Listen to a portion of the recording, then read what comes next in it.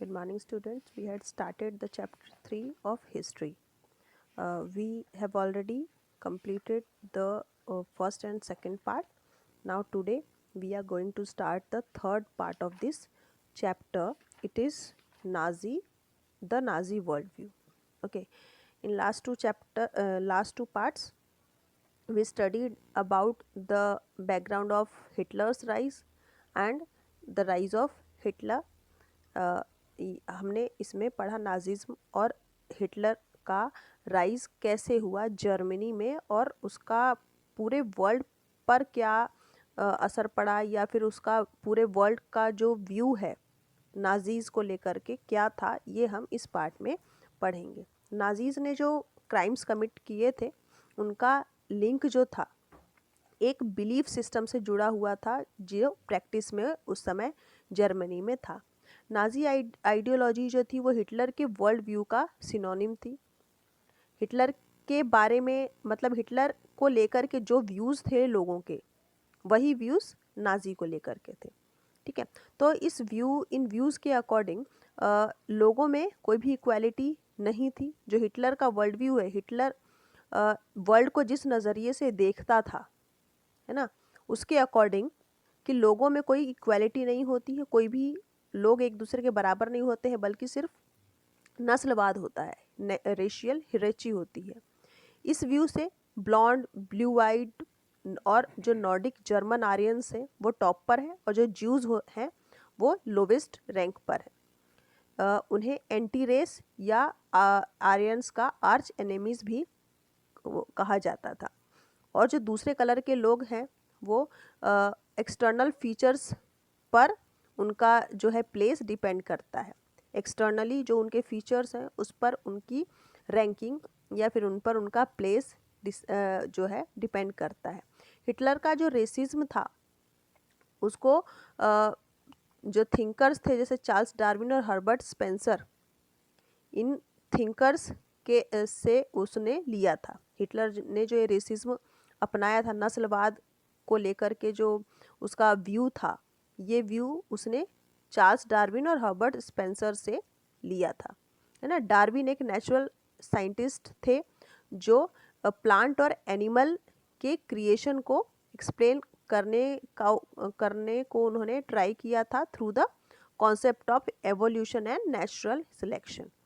ठीक है, Herbert Spencer जो थे बाद में उन्होंने fittest, survival of the fittest के आइडिया को ऐड किया इसमें। इस आइडिया के अकॉर्डिंग केवल वही स्पीसीज सर्वाइव कर सकती हैं अर्थ पर जिनमें चेंजिंग क्लाइमेटिक कंडीशन के साथ उन्हें अडेप्ट करने की क्षमता उनमें होती है। सिर्फ वही स्पीसीज अर्थ पर सर्वाइव कर सकते हैं, है ना। तो हमें अपने दिमाग में ये बात, अपने माइंड में ये बात रखना चाहिए कि जो डार्विन थे उन्होंने कभी भी ह्यूमन इंटरवेंशन को एडवोकेट नहीं किया था। उनका जो थॉट था वो प्योरली नेचुरल प्रोसेस से रिलेटेड था। हालांकि ये जो आइडिया था वो रेसिस्ट थिंकर्स और पॉलिटिशियंस के द्वारा यूज़ किया गया था और इसके थ्रू उन्होंने अपने इम्पीरियल रूल को जस्टिफाई किया था लोगों को कनकेयर करने के लिए। नाजी आर्ग्यूमेंट जो था वो सिंपल था कि जो स्ट्रॉन्गेस्ट, जो सबसे शक्तिशाली नस्ल होगी वही सरवाइव करेगी और जो वीक होगा वो कुचला जाएगा। जो आर्यंस का रेस था वो फाइनेस्ट रेस थी, है ना। It had to retain its purity, become stronger and dominate the world. ठीक है, जो आर्यंस थे इन्होंने अपनी प्योरिटी को रिटेन किया, स्ट्रॉन्गर बने और वर्ल्ड को डोमिनेट किया। जो दूसरा एस्पेक्ट है हिटलर की आइडियोलॉजी का, वो जियोपॉलिटिकल कॉन्सेप्ट ऑफ लेबेंसराम से रिलेटेड है या फिर लिविंग स्पेस से रिलेटेड है। वो मानता था कि जो नई टेरिटरीज़ हैं उन्हें एक्वायर करना चाहिए सेटलमेंट के लिए।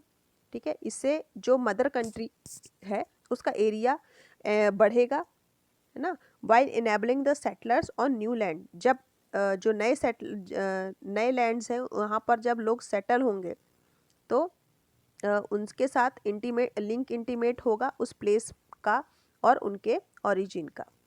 It would also enhance the material resource, इससे जो रिसोर्स है वो भी बढ़ेगा और जर्मन नेशन की पावर भी इंक्रीज होगी। Hitler intended to extend German boundaries by moving eastward. जो हिटलर था वो जर्मन बाउंड्रीज को एक्सटेंड करना चाहता था ईस्ट की तरफ, है ना। और वो कॉन्सेंट्रेट था सभी जर्मन जियोग्राफिकल के लिए। वो चाहता था कि जो पूरा जियोग्राफिकल एरिया है वो एक प्लेस बन जाए, वो जर्मन के अंतर्गत आ जाए। पोलैंड जो था वो लेबोरेटरी बन चुका था उसके एक्सपेरिमेंटेशन के लिए। ठीक है, तो अब नेक्स्ट है इस्टेब्लिशमेंट ऑफ रेशियल स्टेट। जो नाजी थे, हिटलर था, उसने रेशियल स्टेट कैसे इस्टेब्लिश किया, है ना। पावर में आने के बाद जो नाजी थे उन्होंने अपने ड्रीम को इम्प्लीमेंट करना शुरू कर दिया जल्द ही। क्या ड्रीम था उनका? Creating an exclusive racial community of pure Germans, है ना।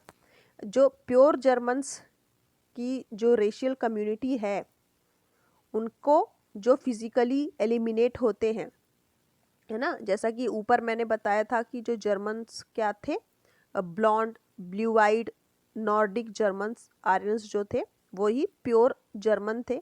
तो इनको लेकर के जो है अपना एक कम्युनिटी को, प्योर जर्मन कम्युनिटीज़ को लेकर के अपनी ड्रीम को, वो ड्रीम फुलफिल करना चाहते थे उनको एक करके, और eliminate all those who were scene undesirable. और जो बाकी के थे उनके अलावा जो लोग थे प्योर जर्मन्स के अलावा वो अनडिज़ायरेबल थे उनके हिसाब से, और उनको हटा करके अपने एम्पायर को वो एक्सटेंड करना चाहते थे। नाजीज चाहते थे कि जो सोसाइटी है उनकी वो प्योर और हेल्दी नॉर्डिक आर्यंस की सोसाइटी ही रहे, है ना। सोसाइटी में केवल प्योर और हेल्दी नॉर्डिक आर्यंस रहे।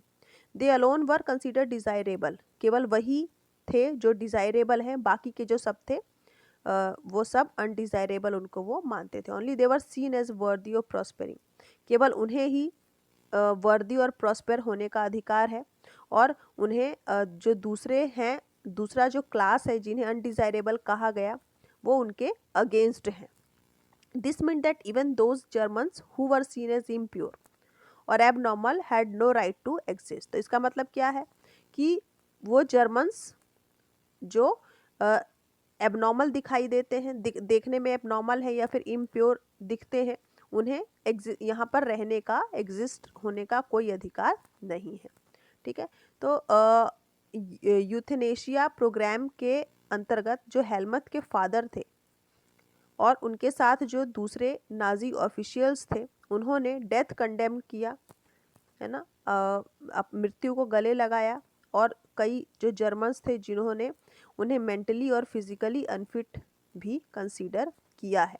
ज्यूज जो थे ना केवल कम्युनिटी में उन्हें undesirable, as a undesirable classify किया गया, और उस ज्यूज के अलावा भी और दूसरी कम्युनिटीज़ भी थी जैसे कि gypsies and black living in Nazi Germany, इन्हें भी रेशियल इन्फीरियर कहा गया, जिन्हें बायोलॉजिकल प्योरिटी का थ्रेट, उन्हें भी इस बात का थ्रेट था कि उन्हें बायोलॉजिकल प्योरिटी को लेकर के सुपीरियर आर्यन रेस वाले जो है उनके साथ जो है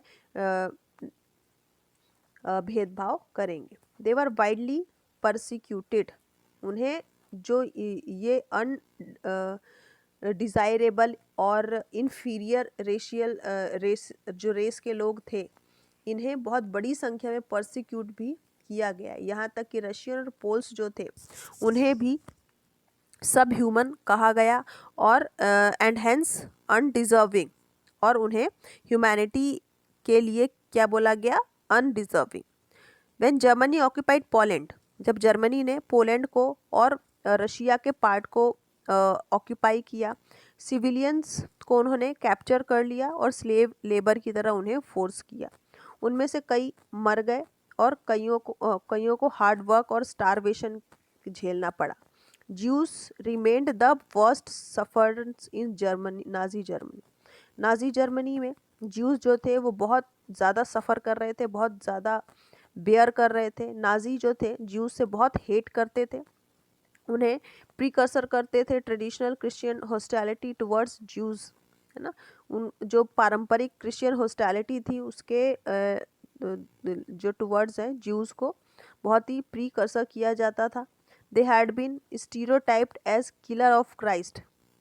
हिटलर उन्हें क्या बोलता था कि ये क्राइस्ट के किलर है, इन्होंने क्राइस्ट को मारा है और इसलिए ये जो है यूशरर्स हैं, यूशरर्स हैं, है ना। तो अंटिल मिडिवल टाइम्स में जो ज्यूज थे उन्हें बेयर्ड कर दिया गया था, उनकी लैंड से, उनकी ज़मीनों से उन्हें हटा दिया गया था। वो केवल ट्रेड और मनी लैंडिंग पर ही सरवाइव कर रहे थे। वो एक मार्क्ड एरिया था जिसे घेटोस कहा जाता था, वहाँ पर वो सेपरेटली रहते थे और वो कई बार उन्हें परसिक्यूट भी कर दिया जाता था पीरियोडिकल ऑर्गेनाइज्ड वायलेंस के दौरान, और and expulsion from the land, और उनकी ज़मीन से उन्हें भगा दिया जाता था। हालांकि जो हिटलर था वो ज्यूज से बहुत हेट करता था और उसका जो ये हेटर था वो किस पर बेस्ड था? On pseudo scientific theories of race. नस्लवाद की जो थ्योरी थी, स्यूडो साइंटिफिक थ्योरी, उस पर बेस्ड थी उसका जो हेटर था ये ज्यूज को लेकर के, जिस which held that conversion was no solution, और जिसका कोई भी सॉल्यूशन नहीं था। जो ज्यूज थे उनको जो है नाजी में कन्वर्ट भी करने का कोई ऐसा वहाँ पर प्रावधान नहीं था। ये जेविश की बहुत बड़ी प्रॉब्लम थी। It could be solve only through their total elimination. केवल एक ही सॉल्यूशन था कि उन्हें पूरी तरीके से एलिमिनेट कर दिया जाए, हटा दिया जाए वहाँ से ज्यूज को।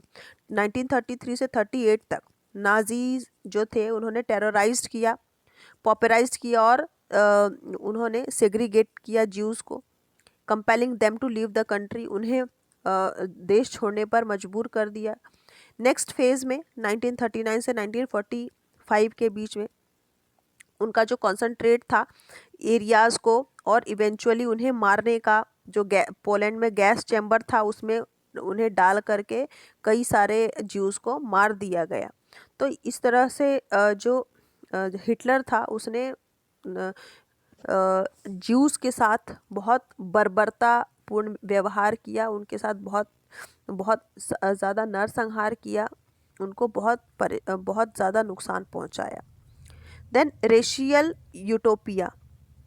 जब वॉर चल रहा था तो वॉर के दौरान जो नाजीज थे उन्होंने रियलाइज़ किया, है ना, कि उनको मर्डर किया जा रहा है रेशियल आइडियल के कारण। Genocide and war became two side. जो जेनोसाइड और वॉर था वो टू साइड बन गए थे एक ही सेम कॉइन के, है ना। Occupied Poland was divided up. जो पोलैंड उन्होंने ऑक्यूपाई कर लिया था उसके दो टुकड़े हो चुके थे। नॉर्थ वेस्टर्न का ज़्यादातर पार्ट जो था पोलैंड का वो जर्मनी ने एनेक्स कर लिया था। पोल्स जो थे वो अपनी घर और अपनी प्रॉपर्टी को छोड़कर जाने के लिए मजबूर हो गए थे, जिसे एथनिक जर्मन्स ने ऑक्यूपाई कर लिया था और brought in from occupied Europe, जिसे वो यूरोप लेकर के आ गए थे। उन्हें यूरोप को जाना पड़ा, है ना। Poles were then herded like cattle, है ना। जो पोल्स थे उनको गाय बकरियों की तरह खदेड़ा गया वहाँ से दूसरे पार्ट में, जिसे जनरल गवर्नमेंट कहा जाता था। The destination of all undesirable of the empire. और जितने भी अनडिजायरेबल थे एम्पायर के, उनकी अब यही किस्मत, यही डेस्टिनी उनकी बन चुकी थी। पॉलिश इंटेलिजेंटिया के जो मेंबर थे उन्हें मर्डर कर दिया गया, उनका बहुत बड़ी संख्या में उन्हें मार दिया गया और ये ऑर्डर दिया गया कि ये जितने भी लोग हैं उन्हें यहाँ से हटा दिया जाए या फिर मार दिया जाए, ठीक है। Polish children who looked like Aryans. ऐसे पॉलिश बच्चे जो आर्यंस की तरह दिखाई देते थे उन्हें फोर्स के साथ स्नैच कर लिया गया, उनकी माँओं से उन्हें छीन लिया गया और उन्हें एग्जामिन किया गया रेस एक्सपर्ट्स के द्वारा। इफ़ अगर वो उस रेस एक्सपर्ट्स के एग्जामिनेशन में वो पास हो जाते थे, तो जो रेस टेस्ट था वो जर्मन फैमिलीज़ के लिए उनको फिट माना जाता था। और अगर वो पास नहीं होते थे तो उन्हें ऑर्फनेज में डाल दिया जाता था, ज़्यादातर जहाँ पर पेरिस्ट रहते थे, और वहाँ पर उनके साथ बहुत बुरा बर्ताव किया जाता था। With some of the largest ghettos and gas chambers, the General Government also served as the killing fields for the Jews. है ना, जो घेटोज थे, गैस चैम्बर्स थे, वो एक प्लेस बन चुके थे ज्यूज़ को मारने के लिए, उनको मारने की जगह बन चुकी थी। तो जो हिटलर था उसने ज्यूज़ के साथ बहुत ही बुरा बर्ताव किया था, और यही कारण था कि हिटलर के लिए जो है, हिटलर का नाम सुनते ही मन में सिर्फ और सिर्फ हेटर की भावना आती, घृणा आती है, नफ़रत की भावना आती है। Okay, so this part is finished here. Now in the next class we will study the next part of this chapter. Till then, goodbye.